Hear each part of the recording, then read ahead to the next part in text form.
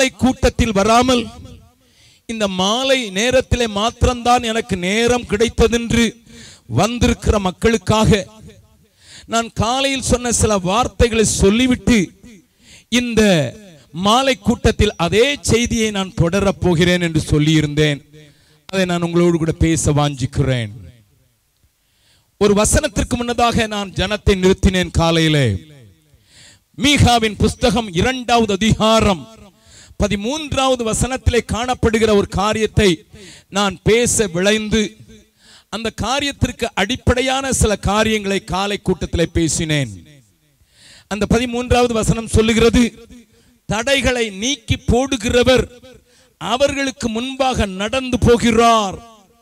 அவர்கள் தடைகளை நீக்கி வாசலால் உட்பிரவேசித்து கடந்து போவார்கள். கர்த்தர் அவருடைய ராஜா அவர்கள் முன்னணியிலே நடந்து போவார் என்று எழுதப்பட்ட வார்த்தைகளின் அடிப்படையிலே நான் காலையிலே பேச ஆரம்பித்தேன்.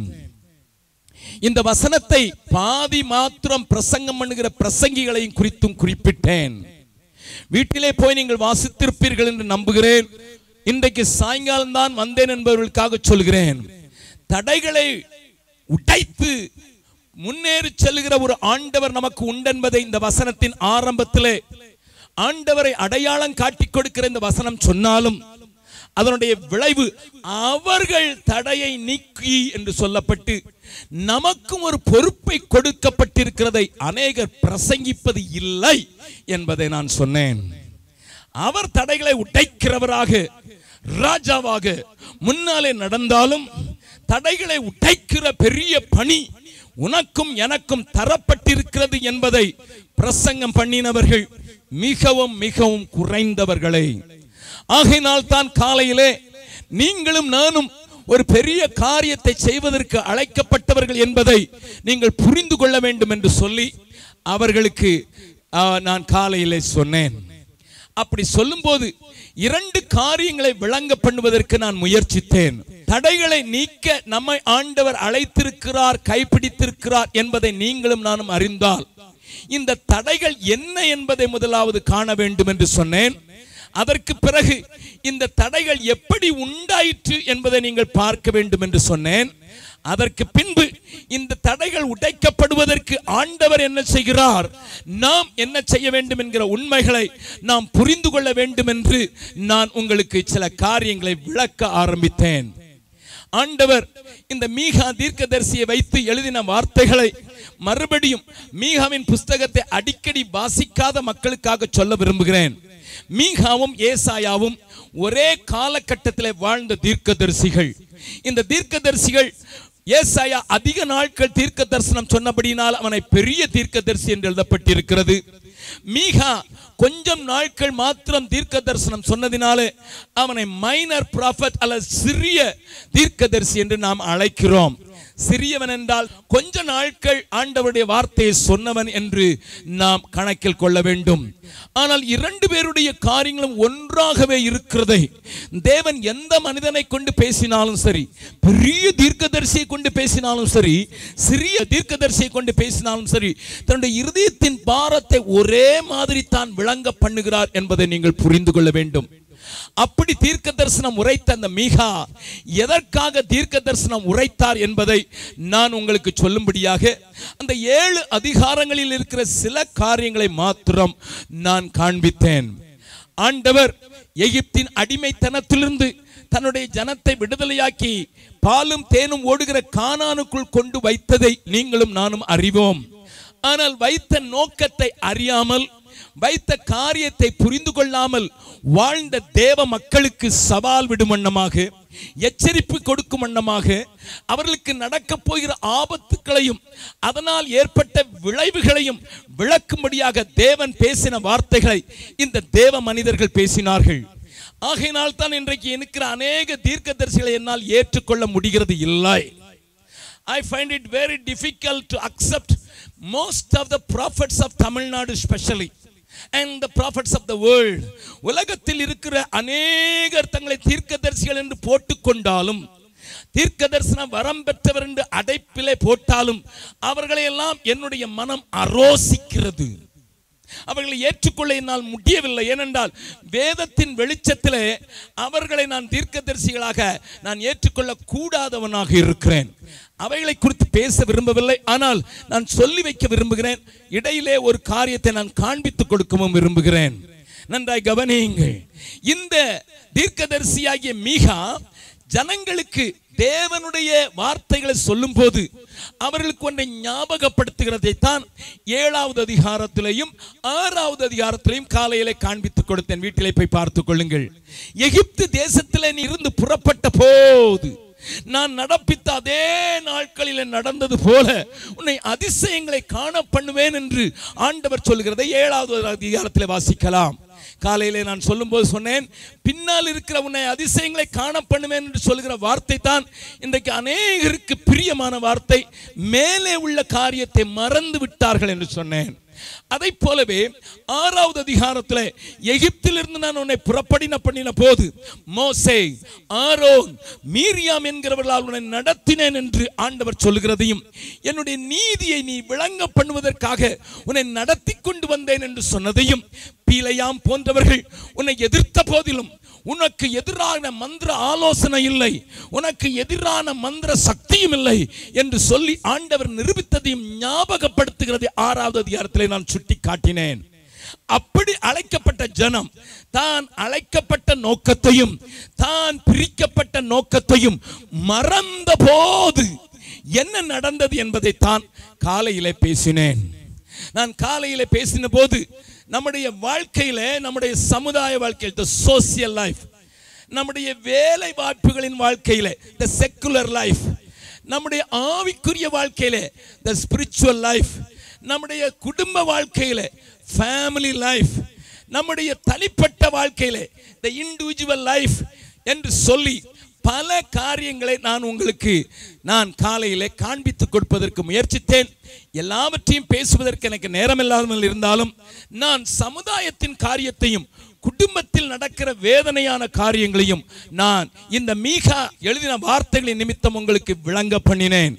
காலையில் வந்தவர்கள் அதை நன்றாக புரிந்து கொண்டிருப்பார்கள். ஆண்டவருடைய நடத்துதலை, ஆண்டவருடைய தெரிந்து கொள்ளுதலை, ஆண்டவர் நம்மை வேறு பிரித்த நோக்கத்தை மறக்கும் போது நாம் மற்றவருடைய வயல்களை இச்சித்து, அதைத்தான் 2வது அதிகாரத்திலே காட்டி கொடுத்தேன். மற்றவருடைய இருதய வயல்களை இச்சித்து அக்கிரமத்தை யோசித்து படுக்கையில இருந்து கொண்டு தந்திரமாக அதை பறித்துக் கொள்ளுகிற ஒரு கூட்டம் உண்டாகும் என்று சொன்னேன். அருமையானவர்களே, அது நம்முடைய பகுதிகளில் ஏராளமாக நடக்கிறதை நான் உங்களுக்கு சுட்டி காட்டினேன். தம்பி நிலந்தான், அண்ணன் நிலந்தான், அவர் நிலந்தான் என்பதெல்லாம் வீரை விட்டு வெளியே போயிருக்கிறவர்கள் படுகிற பாடுகளையும் இதனால் ஏற்பட்ட கோர்ட் கேஸ்களையும் நான் சுட்டி காட்டினேன். ஒரு சம்பவத்தை சொல்ல விரும்புகிறேன். சென்னையில ஒரு தீர்க்கதரிசி என்று அழைக்கப்படுகிற ஒரு போலி தீர்க்கதரிசி இருக்கிறார். நான் பேர் சொல்லாதவன். நான் பேர் சொல்லி அவர்களுடைய பெயரை மான நஷ்டப்பட விரும்புவதில்லை. நான் அவருடைய கொள்கைகளை சொல்ல விரும்புகிறேன். பெரிய தீர்க்கதரிசிகள் கூட்டம். என்ன நடக்கும்? ராத்திரியிலே முழு இரவு ஜெபத்தை நடத்துவார். 2 மணிக்கு ஒரு சின்ன பிரேக் எடுப்பார். ஜனங்கள் ஜெபித்துக் கொண்டிருப்பார்கள். அவர் உள்ளே வந்து டீ குடித்து விட்டு வருகிறேன் என்று வருவார். உள்ளே வரும்போது தினத்தந்தி ஆபீஸில் இருந்து அடுத்த நாள் வெளியாக வேண்டிய பத்திரிகை, அடுத்த நாள் வெளியாக வேண்டிய பத்திரிகை, மற்ற ஊர்களுக்கு படிக்க போகிற பத்திரிகை 12 மணிக்கு அச்சடிக்கப்பட்டு பார்சல் கட்டப்பட்டு அது வெளியே அனுப்பப்படும். ஆனால் இவருடைய ஆட்கள் அங்கே போய் தினத்தந்தி பேப்பரிலே அந்த பேப்பரை எடுத்துக்கொண்டு வந்து 2 மணிக்கு கொடுப்பார்கள். இவர் மீண்டும் 2:30 மணிக்கு போய் தினத்தந்தி பேப்பரிலே தலைப்பிலே வருகிற செய்தியை தீர்க்க தரிசனமாக சொல்வார். அங்கே வந்த ஏமாளிகள், ஹலோ, என்ன பெரிய தீர்க்கதரிசி, அவர் சொல்றது அப்படியே பேப்பர் காரம் போட்டிருக்கான்னுட்டு அவருக்கு கொட்டி கொண்டிருந்த அப்படிப்பட்ட ஒரு ஊழியக்காரன். பக்கத்தில் இருக்கும் சொல்லுங்க, ஏமாந்துராத, நிறைய இப்படிதான் நடக்குது. நல்லா கவனிங்க, இதுதான் நடக்கிறது. நம்ம நினச்சிக்கிட்டு இருக்கோம் பயங்கர தீர்க்கதரிசி. இல்லைன்னா இன்டர்நெட்டில் போய் என்னத்தையாவது பார்த்துட்டு வந்திருப்பாரு, ஏதாவது புவியியல் நிபுணர் சொல்லியிருப்பார், இப்போ இருக்கிற நிலைமையில இன்னொரு 10 நாளில் ஒரு பூமி எதிர்ச்சி வரலாம், சுனாமி வரலான்னுட்டு அவர் எங்கேயோ இருந்து எழுதியிருப்பார். இவர் இன்டர்நெட்டில் பார்த்து இங்கே சொல்லிடுவார், இந்த கூட்டத்தில் சொல்லிக்கிறேன், இன்னும் 10 நாட்கள் பூமி அசைய போகுது, சுனாமி அடிக்க போகிறது. அப்படி எப்படியோ குருட்டு பூனை விட்டத்தில் பாய்ஞ்ச மாதிரி எங்கனையா அது பாஞ்சு ஏதாவது உளுந்துட்டுனா, பார் நான் சொன்னேன் உலகத்தில் நடக்க போறது. ஹலோ ஹலோ, உங்க ஊர்ல நடக்கிற தமாசாக்கள் இதெல்லாம் கவனியுங்கள். ஆகையினால் அப்படிப்பட்ட ஒரு தீர்க்கதரிசிட்ட போய் இலங்கையில் இருந்த ஒரு அம்மா தனக்கு இருந்த பணத்தெல்லாம் வச்சு சென்னையில் ஒரு வீட்டு வாங்கி வச்சிருந்தாங்க. இந்த ஊழியக்காரனை நம்பி, ஐயா நான் இங்கிலாந்தில் இருக்கிறேன், நான் லண்டனில் இருக்கிறேன், இந்த வீடை நீங்கள் பார்த்துங்கய்யா, இதில் வர்ற வாடகையில் பாதி பணத்தை நீங்கள் ஊழியத்தை எடுத்துங்க, மீதி பணத்துக்கு எனக்கு அனுப்புங்கன்னு சொல்லி அவர்கிட்ட கொடுத்த உடனே அவர் சொன்னார், இப்படி போய் நான் வாடகை கேட்டால் தரமாட்டான்னு சொல்லிட்டு பவர் ஆஃப் அட்டானி எழுதி கொடு. அந்த அம்மாவும் பாவம் யுத்தத்தில் அடிபட்டதுக்கு புத்தியும் போயிடுச்சு, அது எழுதி கொடுத்தது. அந்த அம்மா அந்த பக்கம் பிளேன் ஏறிச்சு, இந்த பக்கம் 2.25 கோடிக்கு வித்துட்டாரு.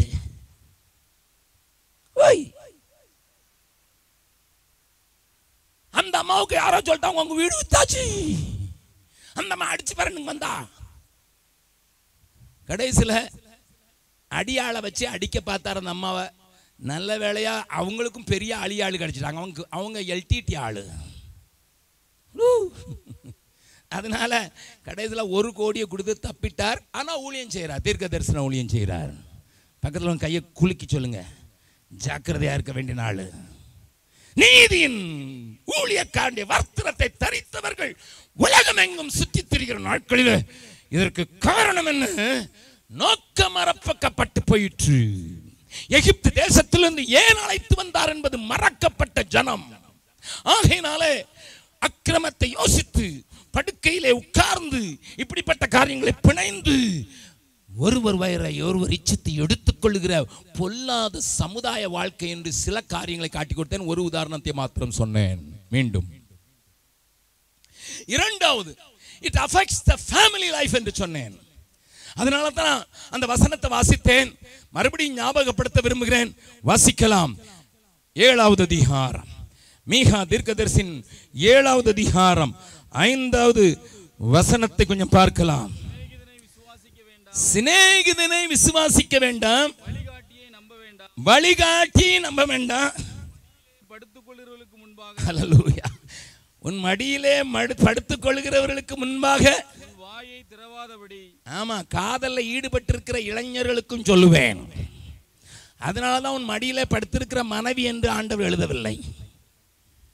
மடியில காற்றோட்டமா படுத்திருக்கிறேன் என்று சொல்லி படுத்திருக்கிறாளே, அவ முன்னால வாயை திறந்தா மாட்டிக்கிட்டடா மாட்டிக்கிட்ட.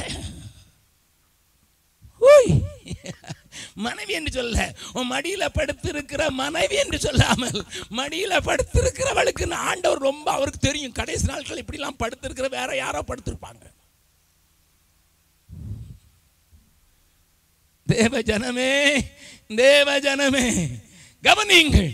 அவளையும் நம்ப வேண்டாம். ஏன்னா அவட்ட ஒரு வார்த்தை சொன்னா கூட எங்கேயாவது போயிட்டு டைனமைட் வச்சிருவா, வெட்டி வச்சிருவாடா.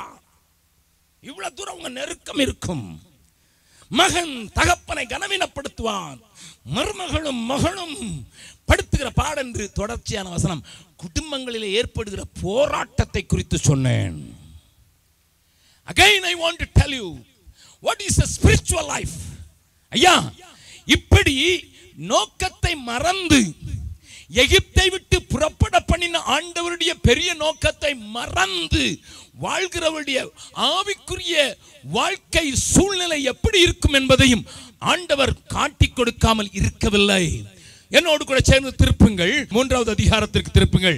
எல்லா வசனங்களையும் மீகாவில் இருந்து பேசுகிறதற்கு காரணம், மீகா ஒரு பெரிய அழகான புஸ்தகம் என்பதை உங்களுக்கு காண்பித்துக் கொடுப்பதற்கு மாத்திரமல்ல, இதை நீங்கள் படிக்க வேண்டும் என்பதற்காக. 1வது வசனத்தை முதலாவது வாசியுங்கள். அதற்கு பிறகு நான் சில காரியங்களை காட்டுகிறேன். நான் சொன்னது யாக்கோபின் தலைவர்களே. இப்ப பாருங்க, யாக்கோபின் தலைவர்கள் இஸ்ரவேல் வம்சத்து அதிபதிகளே, இஸ்ரவேல் வம்சத்து அதிபதிகளே, நியாயம் இன்னதென்று அறிவது, நியாயம் இன்னதென்று அறிவது உங்களுக்கு அல்லவோ உங்களுக்கு அல்லவோ அடுத்தது. நல்லா கவனிங்க.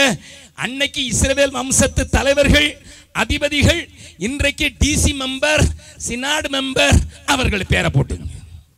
பாராஃபெஸ்ட் லேட்டஸ்ட் வெர்ஷன் தான்.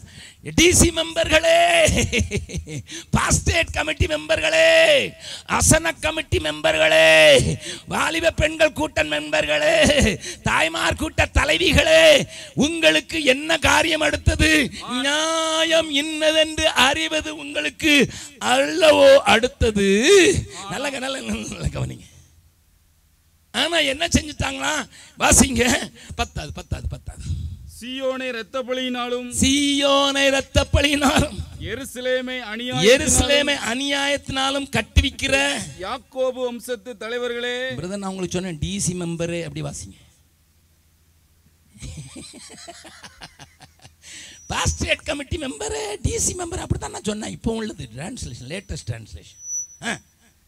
அதன் தலைவர்கள் பரிதானத்துக்கு நியாயம் தீர்க்கிறார்கள். எவ்வளவு காசு சுருட்ட முடியுமா அவ்வளவு காசு சுருட்டுவாங்க. அதன் ஆசாரியர்கள் கூலிக்கு உபதேசிக்கிறார்கள். சம்பளம் வரலன்னா கொடி பிடிச்சிட்டு நிப்பான். அதன் தீர்க்கதரிசிகள் பணத்துக்கு குறி சொல்லுகிறார்கள். ஆமா, 5000 கொடுத்தா ஒரு தீர்க்க தரிசனம், 50,000 கொடுத்தா வேற தீர்க்க தரிசனம். ஆகிலும் அவர்கள் கர்த்தரை சார்ந்து கொண்டு கர்த்தர் எங்கள் நடுவில் இல்லையோ, தீங்கு எங்கள் மேல் வராது என்கிறார். இது வேற, நான் சொல்லலையா, என் ஆண்டவர் சொல்லுகிறார் மீகாவின் மூலமாக. ஆமோதிக்கிறவங்க மாத்திரம் கையை தூக்கி அல்லேலூயா சொல்லுங்க பார்க்கலாம். வெரி குட், யூ அண்டர்ஸ்டாண்ட் நவ. எகிப்திலிருந்து வந்த நோக்கம், வேறு பிரிக்கப்பட்ட நோக்கம். ஆண்டவர் எதற்காக என்னை மாத்திரம் வேறு பிரித்தார்? அடிமைத்தனத்தில் இருந்த காரியத்தை குறித்து அறிய அறிவில்லாத மனத்தினுடைய நிலைமை. அவனுடைய ஃபேமிலி லைஃப்ல ப்ராப்ளம், அவனுடைய சமுதாய லைஃப்ல ப்ராப்ளம், அவனுடைய ஆவிக்குரிய வாழ்க்கையில ப்ராப்ளம், அவனுடைய சபை காரியத்துல ப்ராப்ளம்.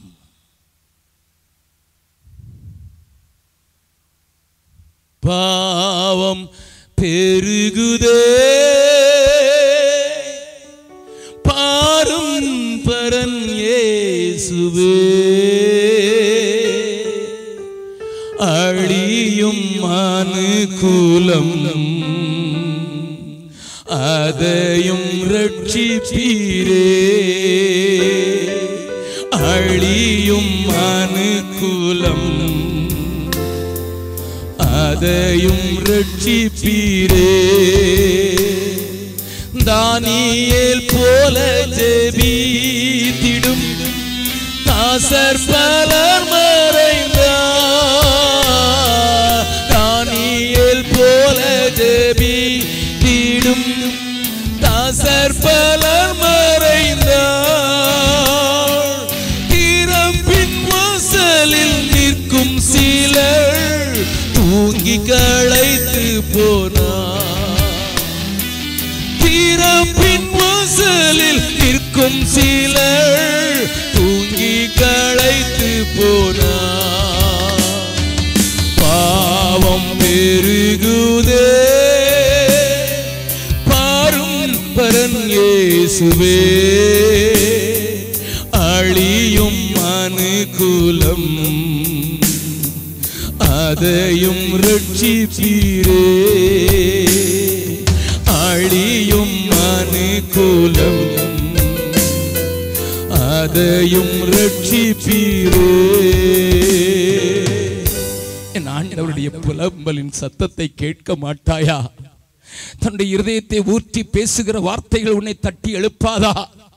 அதன் தலைவர்கள் எப்படி இருக்கிறார்கள், அதனுடைய ஆசாரியர்கள் எப்படி வாழ்கிறார்கள், அதனுடைய தீர்க்கதரிசிகளுடைய நிலைமை என்ன என்று ஆண்டவர் அன்றைக்கும் இல்லை இன்றைக்கும் குமரிக்கொண்டிருக்கிற ஒரு பெரிய நிலை.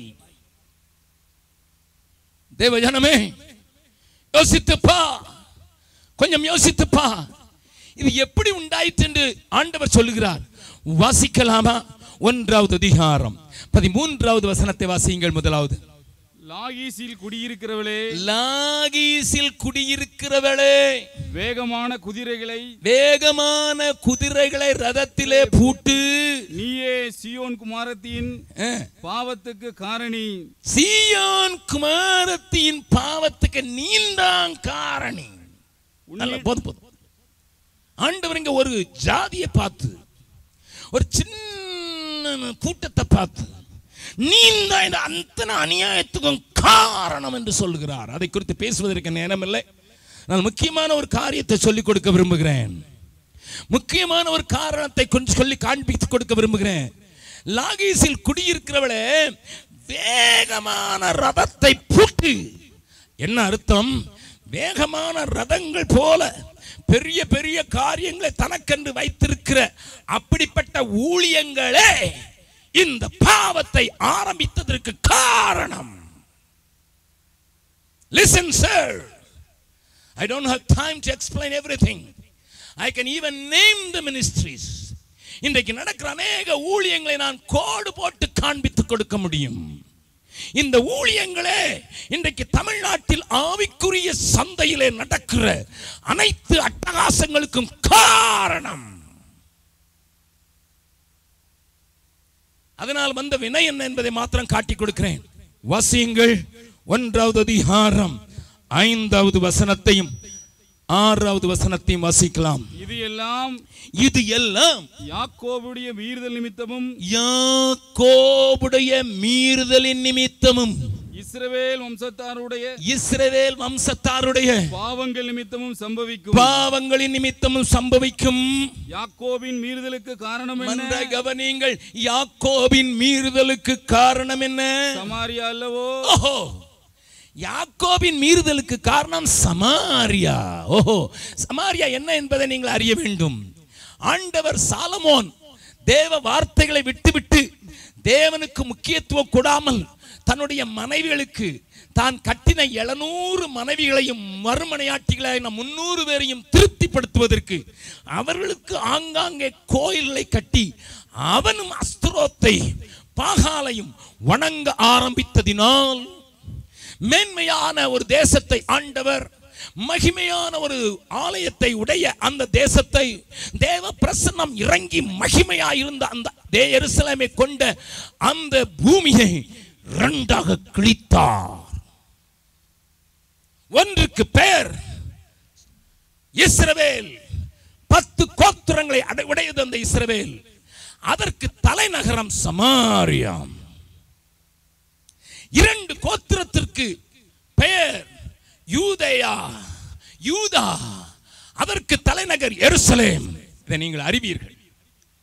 ஆனால் இப்பொழுது ஆண்டவர் சொல்கிறார், யாக்கோபின் அக்கிரமத்தின் நிமித்தமாம் தேசம் எப்படி மாறிவிட்டது. எல்லாவற்றையும் அந்த அது பகுதியில் வீட்டில் போய் படிப்பாருங்கள். தேசம் எப்படி மாறி இருக்கிறது என்பதை ஒரு வார்த்தை மாத்திரம் சொல்லிவிட்டு அதற்கு பிறகு பார்க்கலாம், வாசிக்கலாம். 6வது வசனம். ஆகையால் நான் சமாரியாவை வெளியான மண்மேடும் திராட்சை செடி நடுகிற நிலமுமாக்கி அதன் கற்களை பள்ளத்தாக்கிலே புரண்டு விட பண்ணி அதன் அஸ்திபாரங்களை திறந்து வைப்பேன். அதன் சுரூபங்கள் எல்லாம் நேரமில்லை.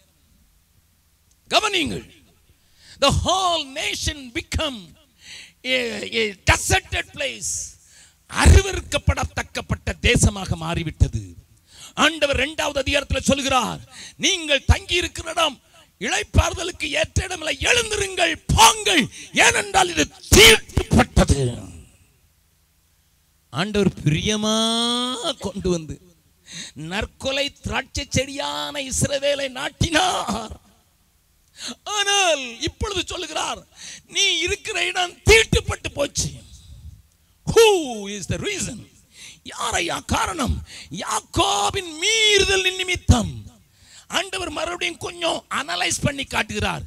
யாக்கோபின் மீறுதலுக்கு காரணம் யாரு? சமாரியா அல்லவா? அந்த வசனத்தை மறுபடியும் வாசிங்க. யாக்கோபின் மீறுதலுக்கு காரணம் என்ன? யாக்கோபின் மீறுதலுக்கு காரணம் என்ன? சமாரியா அல்லவோ? சமாரியா அல்லவோ? யூதாவின் மேடைகளுக்கு காரணம் என்ன? யூதாவிலையும் வந்து பிடிச்சிட்டு இப்போ மேடைகளுக்கு காரணம் என்ன? எருசலேம் அல்லவோ? கொஞ்சம் நில்லுங்க. வேதம் அறிந்த 200 வருடமாக வேத கூட்டங்களை கேட்டிருக்கிற மக்களுக்கு பேசுகிறதுனால் தைரியமாய் பேசுகிறேன். என்னை புரிந்து கொள்ளும்படியாக கேட்கிறேன். நாம் நம்முடைய நோக்கத்தை, தேவன் நம்மை பிரித்த நோக்கத்தை, தேவன் நம்மை தெரிந்து கொண்ட நோக்கத்தை, தேவன் நம்மை கைப்பிடித்த நோக்கத்தை, நம்மை உயர்த்தி மகிழ்கிற நோக்கத்தை, ஆசீர்வாதத்தின் நோக்கத்தை, நம்மை பிரித்தெடுத்து வாழ்க வைத்த தேவனுடைய நோக்கத்தை மறக்கும் போது நடக்கும் அநியாயங்களுக்கு காரணத்தை ஆண்டவர் தோன்றுகிறார். லாகீசில் குடியிருக்கிறவளை நீந்தான் பாவத்துக்கு காரணம் என்று ஆரம்பித்து ஒரு பட்டணத்தை காட்டி நீந்தான் அதற்கு காரணம் என்று சொல்லி ஆரம்பித்து பின்பு சொல்கிறார், சமாரியாவே நீ.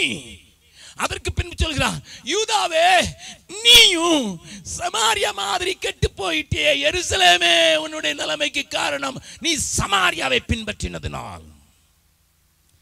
இப்பொழுது சபை சரித்திரத்துக்கு வருகிறேன். இஸ்ரவேலின் சரித்திரத்தை ஆண்டவர் நமக்கு திருஷ்டாந்தமாக எழுதி வைத்திருக்கிறார். ஆண்டவர் எருசலேமில் இருந்த 120 பேர் மகிமையாய் இறங்கினதினால் சபை ஸ்தாபிக்கப்பட்டது. அக்னியாய் இறங்கினார். அனைவரும் எழுந்து நின்று ஆண்டவருக்கு சாட்சியாக என்ன வந்தாலும் ஆண்டவரை குறித்து சொல்லுகிறவர்களாக மாறினார்கள். உபத்திரவம் வந்தது. 8வது அதிகாரத்திலே சபை சிதறடிக்கப்பட்டது. என் வேதம் சொல்லுகிறது, சிதறிப்போனவர்கள் எங்கும் சுற்றி திரிந்து சுவிசேஷத்தை பிரசங்கித்தார்கள். அப்படிப்பட்ட மேன்மையான மகிமையான சபையிலே ஒரு நாளிலே திருட்டுத்தனமாக லாகீஸ் நுழைந்தது. அதை குறித்து பேச நேரமில்லை, இன்னொரு கூட்டத்தில் எங்கேயாவது பேசுகிறேன். லாகீஸ் நுழைந்தது. பாவத்துக்கு காரணமான காரியம் எழும்பிற்று.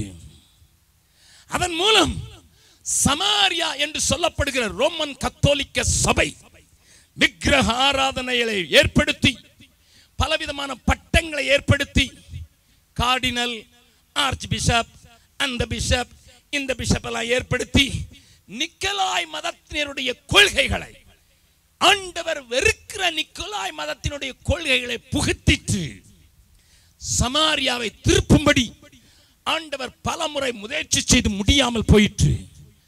ஆண்டவருடைய வார்த்தையில் சொல்லுங்க, அவளுக்கு மனம் திரும்பும்படி அநேக முறை தவணை கொடுத்தேன், அவளுக்கோ மனம் இல்லாமல் போயிற்று. அந்த சமாரியா பாவத்துக்கு காரணமாகி ஆண்டவருடைய பெயரிலேயே ஆண்டவர் விரும்பாத வெறுக்கிற 10ஆம் கற்பனையிலே 1ஆம் கற்பனையான விக்கிரக வழிபாட்டுக்கு ஜனத்தை தள்ளிற்று. அங்கேயும் ஜெபமாலைகள் உண்டாயிற்று, மெழுகுவர்த்திகள் வந்தது, பலவிதமான காரியங்கள், பணம் சேர்ப்பதற்கு உபாயங்கள் செய்யப்பட்டது. நேரம் இருந்தால் எல்லாவற்றையும் போட்டு நான் காண்பித்திருப்பேன். ஆனால் ஆண்டவர் தன்னுடைய ஜனத்தை மார்ட்டின் லூத்தர் காலத்தில் புராட்டஸ்டன்ட்ஸ் என்று சொல்லி, புரட்சியாளர்கள் என்று சொல்லி பிரித்தார். இந்த புரட்சியாய் வாழ வேண்டிய யூதா, எருசலேமை கொண்டிருந்த யூதா, தேவ மகிமையை பெற்றிருந்த அந்த எருசலேம் ஆலயத்தை கொண்டிருந்த யூதா, தேவ வசனத்தை மறந்து தன்னுடைய சகோதரியாகிய சமாரியாவை பின்பற்ற ஆரம்பித்தது. இப்பொழுது ஆவிக்குரிய சபைகள் என்று சொல்லப்படுகிறவைகளிலேயும் டாக்டர், ரெவரண்ட், ரைட் ரெவரண்ட் எல்லாம் வந்து விட்டதற்கு காரணம் புரிகிறதா? Hello, listen, we have already copied the worship and the pattern. பணத்தை வசூலிக்கிறதுக்கு ரோமன் கத்தோலிக்க சபை என்ன செய்தது என்று உங்களுக்கு தெரியும்.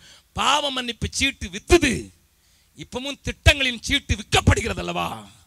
காசு கொடுத்தா போதும். டிவியில் உங்க ஆளுக்கு சொல்றாரு, ஏசு கிறிஸ்து அவருக்கு ஜீவ புஸ்தகத்தை கிழிச்சு பாதியை கொடுத்துட்டு உன் பங்காளர் பேரெல்லாம் எழுதுன்னு சொன்னாராம். நம்மளும் உடனே பங்காளர் ஆகி அந்த ஆலோசனை சங்கத்தில் நம்மளும் போய் உட்கார்ந்துடுறோம். Hello, what is happening in Tamil Nadu? தமிழ்நாட்டில் நடக்கும் காரியம் என்ன? முட்டாளாக்கப்படுகிறோம், பேதைகளாய் வாழ்ந்து விட்டோம். ஆண்டவர் சொல்கிறார், யாக்கோபின் மீறுதலுக்கு காரணம் Samariya, because it was there. That is the birthplace. How to make money, how to bring properties. How to be big? They follow that pattern. எருசலேமே, நீயும் அப்படி கெட்டு போயிட்டியே. யூதாவே, நீ கெட்டு போய் மண்மேடாக்கிட்டியப்பா. மண்மேடாக்கி விட்டாயே ஆவிக்குரிய காரியங்களை. இன்னொரு உண்மையை சொல்கிறேன். ஆண்டவர் ரெண்டையும் சொல்லும்போது என்ன சொல்றா தெரியுமா? இஸ்ரவேலேன்னு சொல்லல, சமாரியாவே, யூதாவேன்னு சொல்லல, எருசலேமே. ரெண்டும் தான் சிட்டிஸ். ஆமா, என்கிட்ட ஒரு சகோதரன் 2 மாசத்துக்கு முன்னால கையை பிடிச்சு அழுதாரு. என் பிள்ளைங்க என் கூட இருக்கிறதுக்கு நல்லா இருந்தாங்க, நல்லா படிக்க வச்சேன், மாஸ்டர் டிகிரி வாங்கினாங்க, கம்ப்யூட்டர் படிக்க வச்சேன், எம்சி எழுதினாங்க. ஒரு பையன் இன்ஜினியர் ஆனா, என்னைக்கு மெட்ராஸ் போனா எவனோடையோ சுத்திக்கிட்டு இருக்கா பிரதர். இன்னொருத்தர் வந்து சொல்றாரு, என்னைக்கு பாம்பே போனானோ என் பிள்ளைக்கு எய்ட்ஸ் பிடிச்சிட்டு பிரதர். இந்த பகுதியில் உள்ளவர்கள் பட்டணங்களுக்கு சென்று கோவையிலையும் ஈரோடிலையும் திருப்பூரிலையும் அநேக பட்டணங்களிலையும் நல்ல வேலைகளில் உட்கார்ந்து இருக்கிறதுக்காக ஆண்டவருக்கு ஸ்தோத்திரம். ஆனா அங்கிருந்து அசனத்துக்கு வரும்போது உன்னை கெடுத்துட்டு போயிடுறான். ஏன்னா அசனத்துக்கு வரும்போது அவ பிள்ளை ஜீன்ஸ் போட்டு நடக்கிற நடையில உன் பிள்ளைங்களுக்கு ஜீன்ஸ் போடுறது தப்பு இல்லைம்மா. அவங்கள பாருங்கம்மா, காரில் வந்தாங்க அசன பண்டிகைக்கு, எவ்வளோ பணம் ஆண்டவர் ஆசீர்வச்சிருக்காருமா. ஆமாம், அசனத்துக்கு வரும்போது பெரிய குத்து விளக்கு கோயிலுக்கு வாங்கி கொடுத்தாங்கம்மா. குத்து விளக்கு யார் கேட்டது? பெரிய லைட் வாங்கி கொடுத்தாங்கம்மா. அவங்க பாருங்க, அவங்க பிள்ளைய பார்த்தீங்களா, அந்த பெரிய அலங்கார லைட்டை வாங்கி கொண்டு வந்து அது ஜீன்ஸ் போட்டு டட்டக்கு டட்டக்குன்னு சர்ச்சுக்குள்ள வந்தது பாத்தியாமா உங்க பிள்ளை சொல்லுது. உடனே ஐயரும் நல்லா கை வச்சு ஆசீர்வாதமாயிருப்பாயாக. நீங்க சொல்ல மாட்டீங்கன்னு நினைக்கிறேன். பிஷப் வந்தார், அவரும் சிலுவையில் 3 சிலுவை அடையாளத்தினால் உன்னை அறைகிறேன் போட்டு அடைஞ்சு விட்டு. What is happening, sir? நம்ம பிள்ளை வந்து சேர்க்குது, ஏம்மா நான் சாதாரண சூடிதார் போட்டதுனால தான் ஐயர் கையை வைக்காம மாறி போயிட்டாருமா.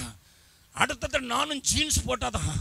அடுத்த வாரம் ஞாயிற்றுக்கிழமை அசனம் முடிஞ்ச உடனே பார்த்தனா கிராமத்து பிள்ளைலாம் ஜீன்ஸ் போட்டு டட்டக்கு டட்டக்கு டட்டக்கு ஹை ஹீல்ஸ் எல்லாம் எங்கேருந்து வந்துச்சு தெரியுமா? அந்த சமாரியாவின் பட்டணத்திலிருந்து எருசலேமுக்கு வந்து, எருசலேமில் வந்து முதலூருக்கு வந்துச்சு. பக்கத்தில் உங்க கையை பிடிச்சி சொல்லுங்க, உண்மைதான் சொல்றாரு. சொல்லுங்க சொல்லுங்க சொல்லுங்க. This is the fact, sir. This is what is happening. இது மிஷினரி தரிசன கூட்டம்னு சொன்னீங்க ஐயா, இந்த மாதிரி எங்களை தோட்டு வறுக்கிறீங்களையா? ஏன் தெரியுமா? நமக்கு மிஷினரிகளை குறித்து பாரம் எல்லாம் போச்சு, எங்கேயோ போயிட்டோம். நான் அதனால தான் இப்படி பாடல் எழுதினேன். வருகையின் நாள் சமீபமே, வல்லமை தேவன் வெளிப்படவே, வருகையின் நாள் சமீபமே, வல்லமை தேவன் வெளிப்படவே, பூமி அழியும் பூதலம் எரியும், பூமி அழியும் பூதலம் எரியும், சேர்த்திட்ட பொக்கிஷம் யாருக்கு சேரும்? விசுவாசியை நினைத்து பார், நிலைப்பவைகளை நாடு, நித்திய ஜீவன் பெற ஓடி வருவாயே இன்றே, பாடி மகிழ்வாயே அன்றே, ஓடி வருவாயே இன்றே, பாடி மகிழ்வாயே அன்றே. விசுவாசியை நினைத்து பார், நிலைப்பவைகளை நாடு, நித்திய ஜீவன் பெற. அதனால தான் சென்னை பட்டணத்துக்கு போனாலும் சரி, கோவை பட்டணத்துக்கு போனாலும் சரி, பெங்களூர் பட்டணத்துக்கு போனாலும் சரி, ஹைதராபாத் பட்டணத்துக்கு போனாலும் சரி, அங்கே ஆராதனையில் போய் உட்காந்திங்கன்னா அங்கே லைட் அடிப்பான், இங்கே லைட் அடிப்பான், கீழே போக போடுவான். அதனால தான் பாளையங்கோட்டைக்கும் வந்துட்டு, தூத்துக்குடிக்கு வந்துட்டு. எங்கேருந்து வந்துச்சு? சென்னையில் போட்டான் பிரதர், லைட் போட்டான், புகை போட்டான், பாதாள புகை. அதனால இங்க போட்டாதான் வாலிபர்கள் வருவார்கள். எவனாவது புகையை பார்த்து மனம் திரும்பினான்னு இங்க ஒரு ஆளு கதையை சொல்லுங்க, கையை ஊத்துங்க பார்க்கலாம். பாடகர் வந்து அப்படி போடும்போது லைட்டு அவர் மேலே அப்படி சிவப்பு கருப்பு வெள்ளை ஒச்சா போச்சு, அதனால தான் நான் மனம் திரும்பன்னு சொன்னேன். யாராவது இருக்கீங்களா ஐயா? என்னை இழுத்தது கல்வாரி அல்லவா, என்னை இழுத்தது கல்வாரியில் அடிபட்ட என் இயேசு அல்லவா, அவருடைய வார்த்தை அல்லவா. எங்கேயோ விட்டுட்டோம், எங்கேயோ விட்டுட்டோம். அதனாலதான் நம்ம வீட்டுகள்லாம் இப்ப படிக்கிற பாட்டு கொலைவெறிடி. ஏன்னா சபையில் அந்த டியூன்ல பாட ஆரம்பிச்சுட்டாங்க. சமீபத்தில் என் பிள்ளைங்க கொண்டு காட்டினாங்க, அண்ணன் இந்த பாத்த பாத்தீங்களா, கொலைவெறிடி ராகத்திலேயே டங்கு டங்கு. அது என்னன்னு தெரியாது எனக்கு. 4 மில்லியன் 40 லட்சம் பேர் 10 நாள்ல இந்த பாட்டை கேட்டான்னு பார்த்த உடனே எனக்கு ஒரு ஷாக் ஆயிடுச்சு. என்னடா இயேசு பிறந்து 2000 வருஷம் ஆச்சுன்னு நிறைய பேர் கேட்கல.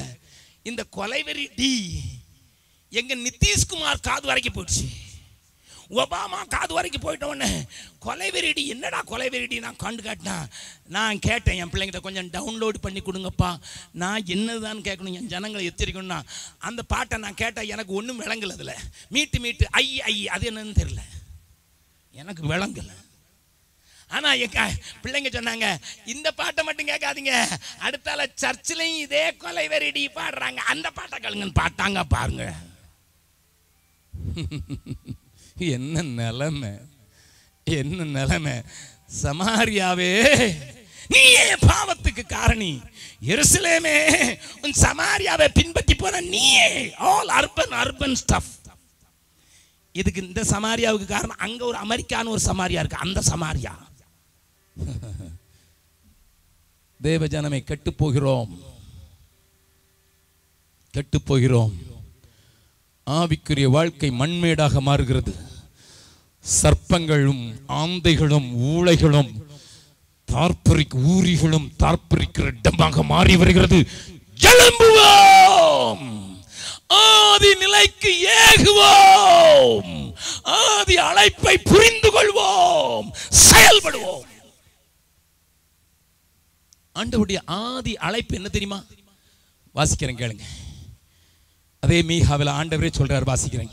7வது அதிகாரம் 14வது வசனம். கர்மேலின் நடுவிலே, கர்மேலின் நடுவிலே தனித்து வனவாசமாய் இருக்கிற, தனித்து வனவாசமாய் இருக்கிற உமது சுதந்திரமான மந்தையாகிய, உமது சுதந்திரமான மந்தையாகிய உம்முடைய ஜனத்தை உமது கோலினால் மேய்த்தருளும். பூர்வ நாட்களில் மேய்ந்தது போலவே அவர்கள் பாசானிலும் கீலேயாத்திலும் மேய்வார்களாக. நல்ல அந்த வார்த்தையை கவனிச்சு பாருங்க. தேவ நோக்கம் ஆதி சபையை குறித்தபடி, மறுபடியும் வாசிங்க பிரதர். சபையை குறித்து ஆண்டவர் சொல்லியிருக்க தீர்க்க தரிசனத்தை பாருங்கள். கர்மேலிலே நடுவிலே தனித்து உலகத்தை விட்டு பிரிந்து, உலகத்தை போல வாழாமல் தனித்து வாழ்கிற செப்பரேட்டட் லைஃப், பிரிக்கப்பட்ட வாழ்க்கை வாழ்ந்து உமது சுதந்திரமான மந்தையாகிய வனவாசமாயிருக்கிற. வனவாசமாயிருக்கிறதுன்னு என்ன அர்த்தம்? ராமனை 14 வருஷம் வனாந்தரத்துக்கு அனுப்பிட்டாருன்னு சொல்லி ராமாயணத்தில் இந்துக்கள் சொல்றாங்க. அங்க போகும்போது எப்படி நடந்தாங்கிறத கொஞ்சம் நீங்க வாசித்து பார்த்தீங்கன்னா தெரியும். அது கதை புஸ்தகம் தானே, கதை புஸ்தகத்தை கொஞ்சம் வாசித்து பாருங்க. வனவாசம் என்ன அர்த்தம்? பரதேசியா வாழ்கிற வாழ்க்கை. என்னுடைய மீடியா தம்பிமா இருந்த டிவி எடுக்கிறாங்களே, அந்த ஃபோட்டோ எடுக்கிறாங்கள, இவங்கெல்லாம் நக்சலைட்டை பார்க்குறதுக்கு போனாங்க எங்கள் ஊரில். நக்சலைட்டோடு கூட பேசி அவங்களோட கூட உட்காந்து அவங்களோட நாங்கள் 4 நாள் உங்களோட கூட இருக்கிறோன்னு சொன்னாங்க. அவன் என்ன சொன்னா தெரியுமா? நாங்கள் வனவாசிகளப்பா, வனவாசிகள். எங்கே தூங்குவோன்னு எங்களுக்கு தெரியாது, என்ன சாப்பிடுவோன்னு தெரியாது, எப்போ சோறு கிடைக்குன்னு தெரியாது, எப்போ இடத்த காலி பண்ணுவோன்னு தெரியாது. நாங்கள் வனவாசிகள்.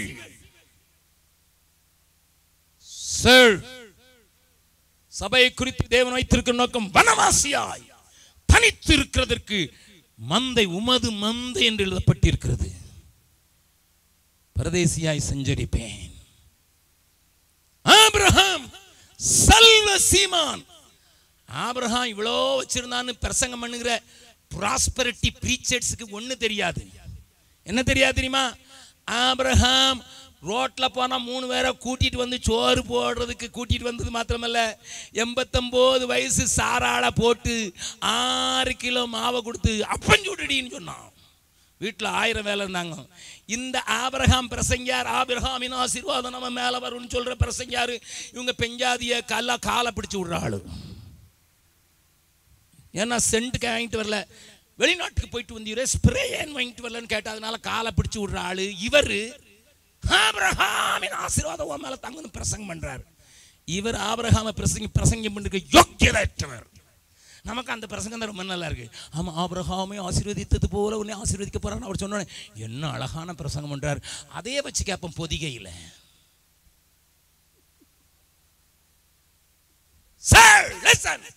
ஆபிரகாம் சோதோம் அழிய போதுன்னு சொன்னா இங்க கையை நீட்டி நிப்பான். 49 50 பேர் இருந்தா, 45 பேர் இருந்தா, 40 பேர் இருந்தா, 30 பேர் இருந்தா, 20 பேர் இருந்தா, நிறைய கோபம் வரக்கூடாது, 10 பேர் தான் இப்படி கெஞ்சிக்கிட்டு இருப்பான்.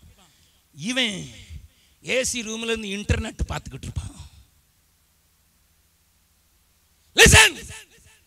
என்ன தம்பிமார் நல்ல அழகான ஏசி ரூம்ல தான் தங்க வச்சிருக்காங்க. I price got for that. That I doesn't mean AC ரூமில் இருக்கிறது தப்பு இல்லை, நீ அங்க உள்ள என்ன பண்றதா முக்கியம். ஆபிரகாம் லோத்து பிடிக்கப்பட்டு போயிட்டான்னா போயிட்டு போறான், என்ன விட்டு போனான்ல அப்படின்னு சொல்லல. உடனே ராத்திரியோட போவான். இவன் தான் வீட்டு பூட்டு சரியா இருக்கான்னு பார்ப்பான். ஏன் ஊழியத்துக்கு வர்ற பணத்தை வேற எவனும் கொண்டு போயிடக்கூடாதுங்கிறதுல கவனமா இருப்பான். இவன் பேசுறான், ஆபிரகாமின் ஆசீர்வாதம் உன் மேல தங்குன்னு ஆண்டவர் சொல்லியிருக்காருன்னு ஒவ்வொரு நாளும் போட்டு உன்னை மெஸ்மரைஸ் பண்றான். ஆபிரகாம், நீ நேசிக்கிற ஏக புகனை பலியா கொடுனா சத்தம் காட்டாம கூட்டிட்டு போவான். இவங்கிட்ட போய் கேட்டு பாருங்களேன், ஒரு மிஷினரியை தாங்க பிரதர், ஒரு வாரத்துக்கு 2 லட்சம் ரூபாய் காணிக்க வருதா ஒரு மிஷினரியா? அது என்ன நரி? சொன்னதுனால தான் சொல்றேன். People of God go and get duped. ஏமாத்தப்படுற அவனுக்கு அள்ளி அள்ளி கொண்டு கொட்டி உன் செல்வத்தை வீணடிக்கிறது மாத்திரமல்ல, நரகத்தின் பிள்ளையாவதற்கு நீர் ஒருவனுக்கு உதவி செய்கிறாய். நீ எனக்கு தரணும்னு நான் சொல்லல, but what are you doing? என்ன செய்கிறாய்? என்ன செய்கிறாய்? என்ன செய்கிறாய்? இதற்கெல்லாம் காரணம் யார்? நீ இந்த பாவ காரணி என்று ஆண்டவர் சொல்கிறதற்கு காரணம் தலைமை தளத்திலே அப்படிதான். we copy something which is not needed by the church. சபைக்கு தேவையில்லாத காரியங்களையே காப்பி அடித்து அதை சபைக்குள்ள எப்படியாயிலும் கொண்டு வந்து, அதனால தான் இப்போ அரவாணிகள் என்று சொல்லப்படுகிற அலிகளும் ஆயர்களாக மாற்றப்பட்ட பொல்லாத காரியம் நம்முடைய சபையிலே நடக்கிறதையா. You want to satisfy the world, you want to follow the world. Homosexual என்று சொல்லுகிற பிஷப்பை எனக்கு தெரியும். இங்கிலாந்திலே, அமெரிக்காவிலே பாப்டிஸ்ட் சர்ச்சிலே நான் ஹோமோசெக்சுவல் என்று சொல்லுகிற போதகரை நான் பார்த்திருக்கிறேன். ஏன்னா உலகம் போற வழியில் நம்ம போனாதான் பிரதர் உலகத்துல நமக்கும் ஒரு இடம் இருக்கும். தேவஜனமே, கண்ணீரோடு கூட பேசுகிறேன், கண்ணீரோடு கூட பேசுகிறேன். தனித்து வானவாசமா இருக்கிறதற்கு அழைக்கப்பட்ட திருச்சபையா. அந்த எஸ்தரின் காலத்தில் சொன்னார்கள் அல்லவா, நம் தேசத்தில் ஒரு விசித்திரமான ஜனம் பரவி இருக்கிறது, அவருடைய காரியங்கள் வித்தியாசமாக இருக்கிறது என்று. we are here to make a difference. உலகத்தோடு ஒத்து போவதற்கு அல்ல, வித்தியாசமான ஒரு வாழ்க்கை வாழ்வதற்கு தேவன் உன்னையும் என்னை அழைத்தார். மற்றவர்களை போல வாழ்ந்து விடுவதற்கு அல்ல அல்ல அல்ல. இயேசு என்ன சொன்னார் தெரியுமா? என் பின்னே வாருங்கள், உங்களை கோடீஸ்வரராக்குவேன். ஹலோ, என்ன சொன்னாரு? என் பின்னே வாருங்கள், மனுஷரை பிடிக்கிறவன் ஆக்குறேன்னு சொன்னாரா? பக்கத்தில் உங்க கையை பிடிச்சி கேளுங்க, நீங்க இயேசுவின் பின்னால் இருக்கீங்களா? கேளுங்க, இயேசுவின் பின்னால் இருக்கீங்களா? எத்தனை மனுஷனை பிடிச்சிங்க? இயேசு சொன்னார், என் பின்னால வாங்க, பின்னால வந்தா மனுஷரை பிடிப்பீங்கன்னுட்டு. மனுஷரை பிடிச்சேன்னா நான் பிடிச்சிருக்கணும். அப்பதான் இயேசுவின் பின்ன போறேன்னு அர்த்தம். சின்ன பிள்ளையா இருந்தாலும் பெரியவங்களா இருந்தாலும். எங்கேயோ தப்பு பண்றோம். டிவி பிரசங்க, இயேசுவின் பின்னே வா, உன்னை கோடீஸ்வரர் ஆக்குவார். லட்சுமி மித்தால் எந்த இயேசுவின் பின்னால போறாரோ தெரியல. முகேஷ் அம்பானி எந்த இயேசுவின் பின்னால போறாரோ தெரியல. அவன் ஒவ்வொரு நாளும் பணத்தை சேர்த்துக்கிட்டே போறான். சார், நானும் என் மனைவி நேபாளுக்கு போனோம். நான் இதை சொல்லியிருக்கிறேன், இன்னொரு இடத்துல நான் சொல்ல விரும்புகிறேன். நானும் என் மனைவியும் நேபாளில் ஒரு 3 நாள் கூட்டம் ஹிட் அவுடான்னு ஒரு இடத்துல ஒரு சின்ன கன்வென்ஷன் ஒழுங்கு பண்ணியிருந்தாங்க. ஒரு 500-600 பேர் இருப்பாங்க. அவங்களுக்கு 3 நாள் தங்க வச்சு மீட்டிங் நடத்துறதுக்கு என்னை கூப்பிட்டுருந்தாங்க. என் சகோதரர்லேருந்து ஒழுங்கு செய்திருந்தாங்க. நான் போனேன், நானும் என் மனைவியும் போனோம். போகும்போது பீகார்லேருந்து கல்கத்தா வரைக்கும் ட்ரெயினில் போனோம். கல்கத்தாவிலேருந்து காட்மண்டு வரைக்கும் விமானத்தில் போனோம். எங்கள் விமானம் லேட்டாக போனதுனால காட்மண்டுலேருந்து இன்னொரு இடத்துக்கு, ஒரு சின்ன இடத்துக்கு போகிற அந்த ஃப்ளைட்டு மிஸ் பண்ணிட்டோம். நாங்கள் 4:30 மணிக்கு போய் சேர்ந்தோம், அது 4 மணிக்கு போயிடுச்சுது. ஆகையினால நாங்கள் மிஸ் பண்ணி, எங்களை கூப்பிடுறதுக்கு சில சகோதரர்கள் வந்திருந்தாங்க. ஒரு சூமோ வந்து எடுத்துகிட்டு வந்திருந்தாங்க. நான் கேட்டேன், தம்பி 4:30 ஆயிடுச்சு, 7 மணிக்கு மீட்டிங்குப்பா. நம்ம ரெகுலரான ரோட்டில் போனால் 6 மணி நேரம் 7 மணி நேரம் ஆகும். 6 மணி நேரம் நீங்கள் ஸ்பீடாக போனாலே ஆகும். அப்போ இன்றைக்கி மீட்டிங்கில் நான் பேச முடியாது, நான் ஒருத்தன் தான் பிரசங்கி, என்ன செய்யப்பாங்க அப்படின்னு சொல்லிட்டு நான் உங்கள்கிட்ட சொல்லும்போது, அண்ணே எதுக்கு கவலைப்படுங்க, உட்காருங்கண்ணே, ஏங்க நாங்கள் போய் உங்களை மீட்டிங்கில் சேர்த்துடுறோன்னா. சரி எப்படியோ சேர்க்க போகிறான்னு சொல்லிட்டு நானும் என் மனைவி உட்கார்ந்தோம். அவன் எங்கேயோ காட்டு பாதையில் கொண்டு போனான். ரெகுலர் ரோட்டில் போகிறான், 6 மணி நேரம் ஆகிறத 2.5 மணி நேரத்தில் கொண்டு போயிட்டான். எப்படி இருந்ததுன்னா ட்ராவல் கேட்குறீங்கன்னா, காட்டு ரோட்டில் போனதுனால என் தலை 10 நேரம் மேலே அடிச்சுது. குதிரையில் போகிற மாதிரியே தான் இருந்தது.